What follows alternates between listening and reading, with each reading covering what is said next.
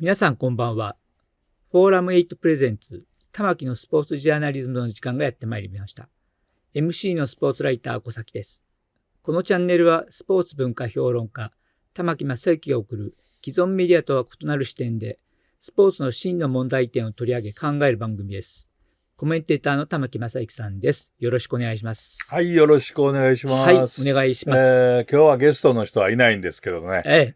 久しぶりに、スポーツライター入門講座を3回連続して、最終の3回というかな、やりたいと思います。はい。はい。それの今回はスポーツをどのように表現するかということで、表現するのっていうのはもういろんな手段があるわけですね。こうして喋るのも表現するということで、それから原稿に書く、文字を書くということもそうだし、写真に撮る、あるいは動画に撮るっていうことも全部表現ですね。写真に撮るのは、ものを写真に撮ってるだけじゃないかなんて、そんなこと考えてる人がいたら、それはもう、はっきり言ってバカと言いたいですけれども、写真は撮る人が、どんなものを撮るかを決めるんですね。なので、もうこの前喋ったインタビューの話と一緒ですね。インタビューは聞き手がどんなことを相手から引き出すかっていう、それの勝負で、要するにインタビュアーの方の作品なわけですから、だから表現するっていうのは、すべてその、表現する人の意思がまずあります。で、その相手のスポーツマンあるいはスポーツ関係者とか、まあそういう人ですね。人あるいはその舞台。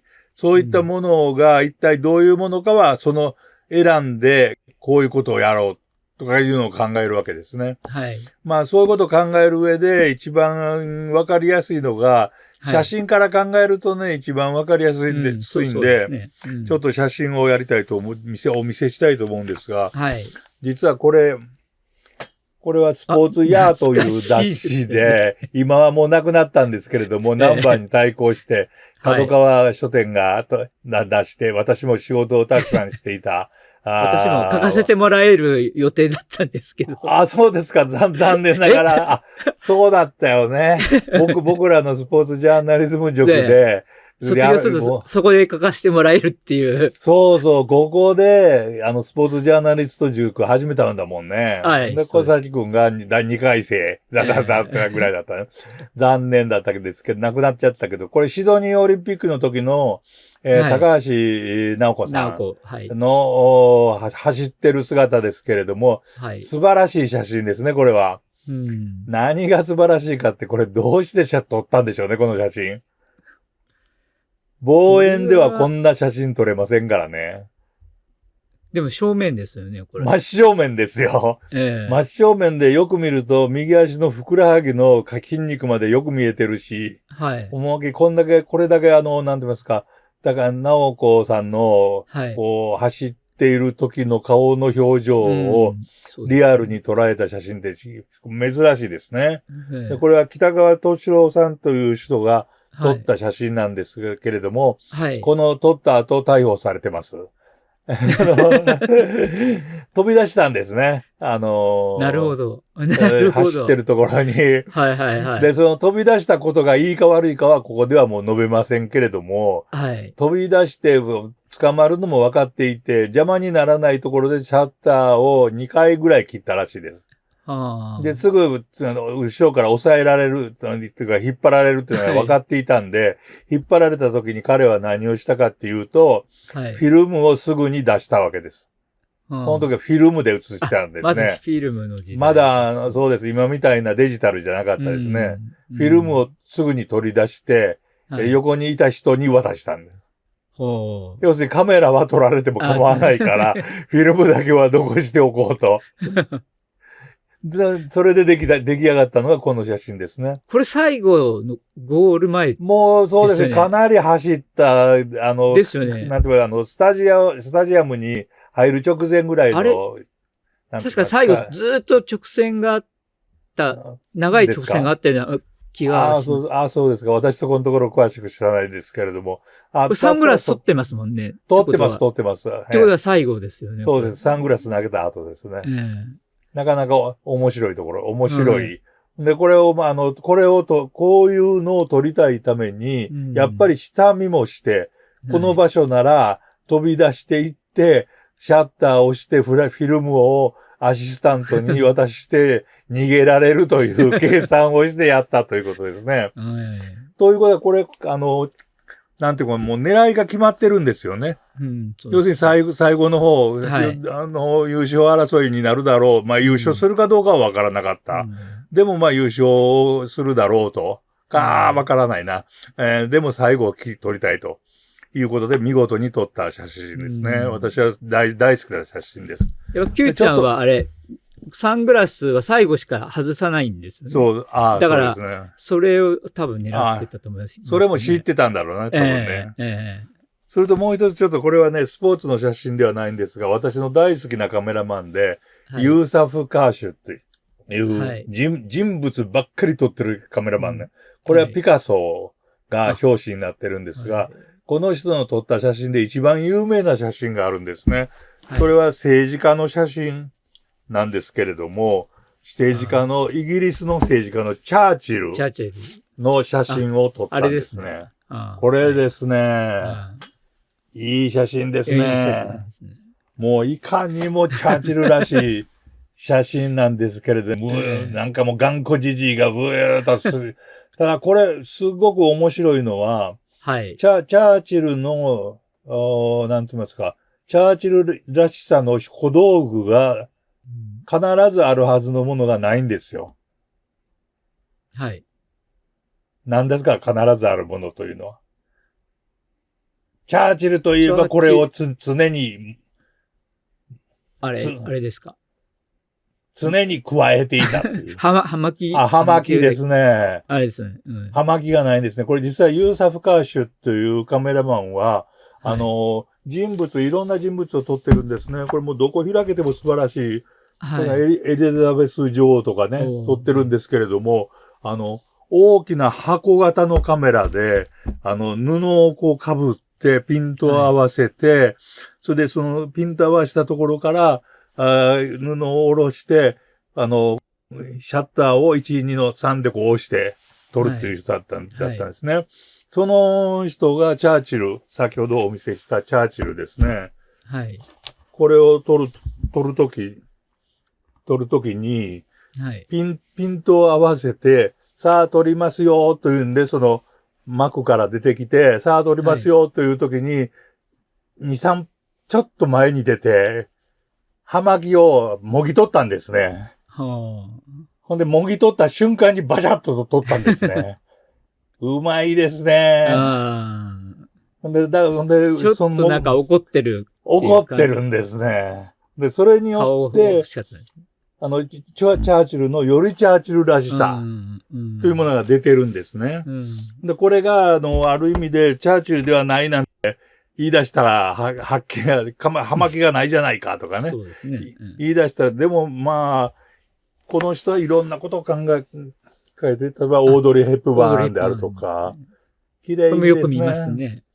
やっぱりこういう写真撮るときにいろいろ考えるわけですね。この人物を一番撮るのにどうしたらいいのかっていう。それでモハメド・アリ、要するにボクシングの大チャンピオンですね。モハメド・アリどんな写真撮ったと思いますか？逆に言うならば、小崎さんがカメラマンならば、どんな写真を撮りたいですか？あれですよね。挑発してる写真ですね。口をこう、ビッグマウスを大きく開けたりとかで、こういう写真だったんですね。拳だけなんですね。拳だけ。これもなかなか狙いといえば狙いですよね。で、これは要するにこれは全部カメラマンの狙いなんですよね。ですから、カメラマンが撮るんだから、だから表現をするということは、そういうことだっていうことをちゃんと頭に入れておかないといけないっていうことですね。で、今のはスポーツの写真ではなかったんですが、スポーツの写真でもやっぱりいい写真はたくさんありまして、はい、モハメド・アリ、やっぱりこれですね。ニール・ライファーの写真ですね。ああ、これ、有名な写真です、ね。これは有名な写真で、2回目のソニー・リストン戦ですね。で、1ラウンド KO した時、右のクロスカウンターが一発で当たって、倒れた時のモハメド・アリの様子ですが、これ実はね、はい、この試合私ビデオで持ってますけれど、はい、何回見てもこのシーンがなかった。えこれものすごいよね、アリといえばこの写真ですよね。いや、モハメド・アリが飛び跳ねて、ある瞬間なんですよね。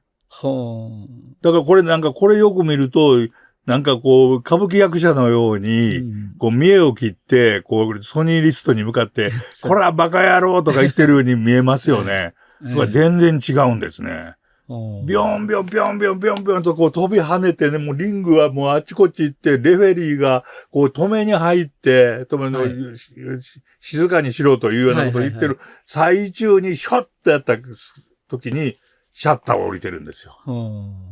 これは見事な写真ですね、そういう意味では。そういう意味でもなくても見事な写真ですけれども、このカメラを撮った時って、これははっきり言うと若い人が聞いていても何のことかわかんないけれども、二眼レフです、これは。ああ、二眼レフでカメラの上から見て、それからフラッシュが横についていて、フラッシュっていうのは一回バサッと光ると、電球玉を変えないと、次、ストロボみたいに何回も映せなくなる。まあ、この頃はそうですよね。だからはっきり言うと、この写真撮るのに、この瞬間は、モハメド・アリが飛び跳ねている瞬間に、一発バシャッと撮った一枚なんですね。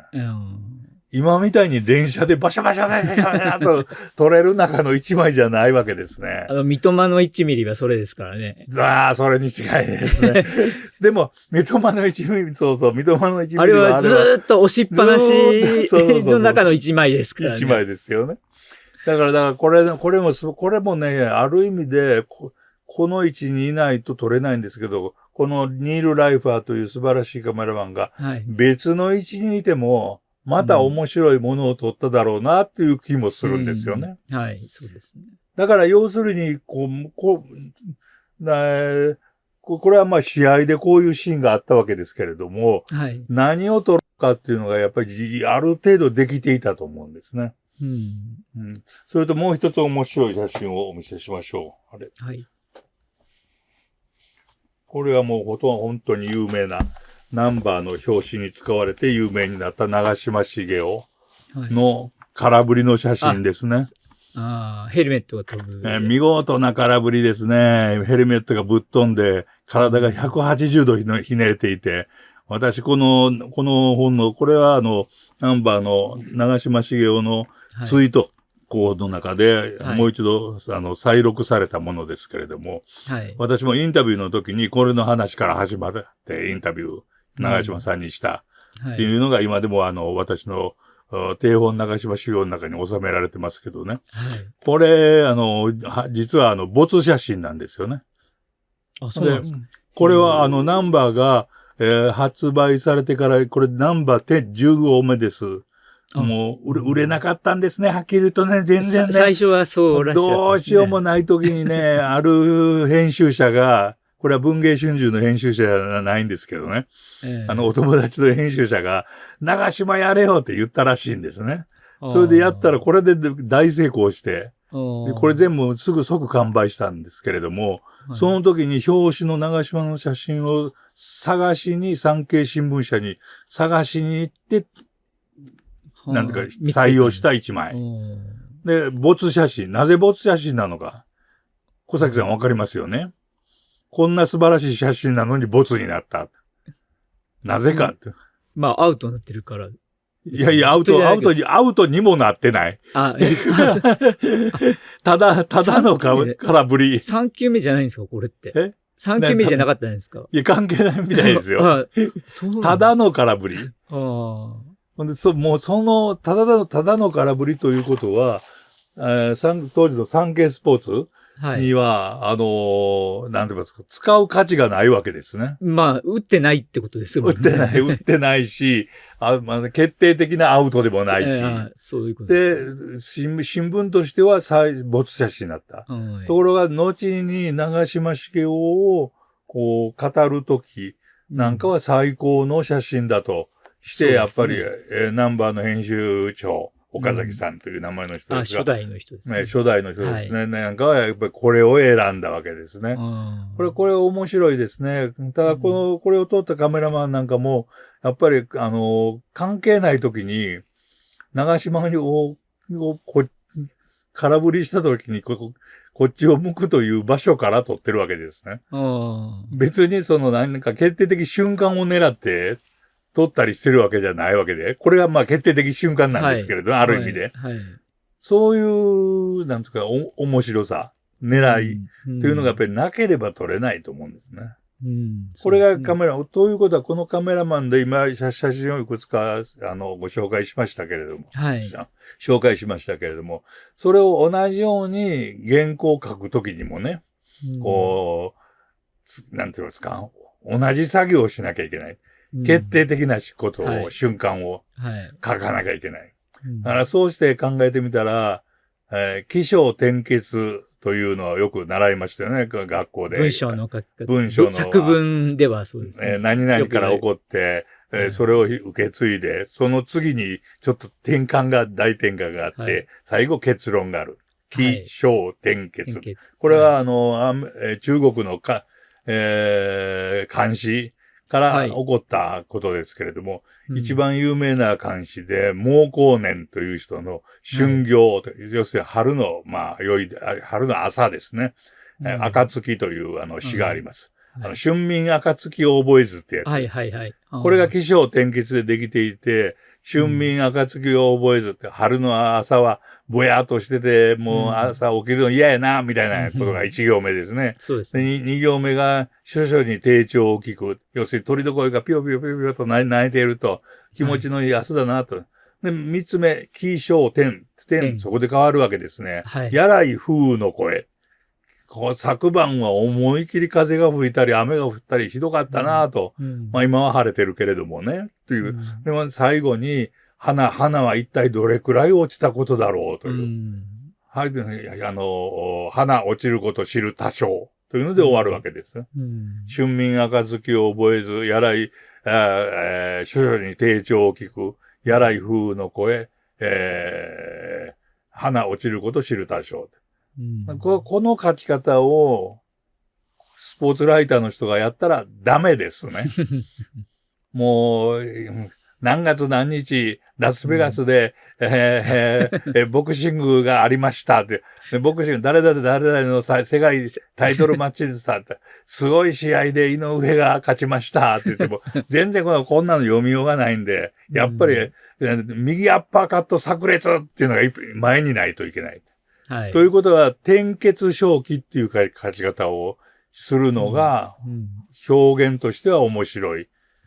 それをちょっと頭に入れといた方が、絶対にいいですね。私はもう転結正気っていうのをある編集者から教えられたときに、もうすべてこれで書かないといけないなということは納得したんですけど、よく考えてみたら、世の中の傑作って全部転結正気ですよ。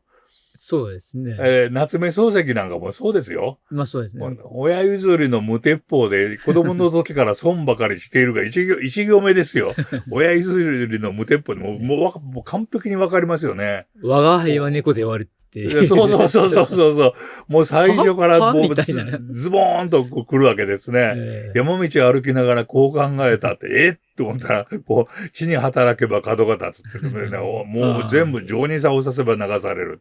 もう頭から全部引き込むわけですね。だからもうベートーベンの音楽もそうですね。じゃじゃじゃじゃーんって最初になったらみんなおーって思いますよね。こういうもんですね。やっぱり。だから、起承転結っていうのはやっぱり詩の中で、あるいは五言絶句という、あるいは七言律詩とかっていう、そういう短い中で、やる中で面白くできるもんであって、実は最初から思いっきりぶちかましましょうというので書かないと、表現しないとダメですねと。でだからこういう話をするときでも一番最初にね、面白い話から本当はしなきゃいけないんですね。面白い話は後に取っておこうと思ったら読んでもらえないんですよね。ですから、一番面白いことを一番前に持ってくるっていうので、一番週刊誌なんかが一番苦労してるのはタイトルですよね。要するにタイトルで全てわからないといけないと。だから一番私が覚えていて、すごいタイトル取るだなと思ったのはね、週刊ポストが、かつて長嶋茂雄さんですね、監督時代にね、あんまり評判が良くない時に、長嶋の采配を書く時のタイトル、びっくりしたのは、長嶋は川上より上か下かって書いてあったんですね。めちゃめちゃわかりやすいですね。長嶋監督の前、川上監督やったんですよね、1回目の時ね。長嶋は川上より上か下かって。もうあまりにわかりやすさですごいなって思ったんですけどね。だからそういうふうにタイトル考えて、週刊誌なんかでは今もやってると思うんですけれども、企画を考えるときはタイトルマッチというのをします。要するにA4 の紙1枚にタイトルを書いて提出するわけですね。で、そのタイトルを書いて提出、何人かの編集者が提出して、それを集めて、誰が書いたかもわからず、タイトルを見て、どれが面白いかで企画を採用するかどうかを決めるんですね。要するに説明を、ダメ。それはこういうことをやりたいんですよ。説明はダメ。だってもう、新聞、の広告の中に出たりとか、電車の中の釣り広告でタイトル出るわけですね。それを見たときに、買いたいなと思わなきゃいけないわけですね。それが最初の文章の書き出しと全く一緒ですね。あるいはテレビの番組のタイトルなんかもそうなんですけどね。僕らもこの玉木のスポーツジャーナリズムというタイトルも考えるのいろいろ考えたんですけどね。私結構オーソドックスな人間なんで、オーソドックスになってしまいましたけど、テレビのタイトルで今までテレビの歴史の中で一番素晴らしい、タイトルって言われてるのって知ってます？何かって。ご存知ないですか？わからないですね。わかんない。素晴らしい。これはすごいって。これは、昔大橋巨泉という方が、司会をしていた、世界丸ごとハウマッチっていうやつです。これが、どこがすごいかって、世界丸ごとハウマッチっていうのは、まず意味がわかるっていうことですよね。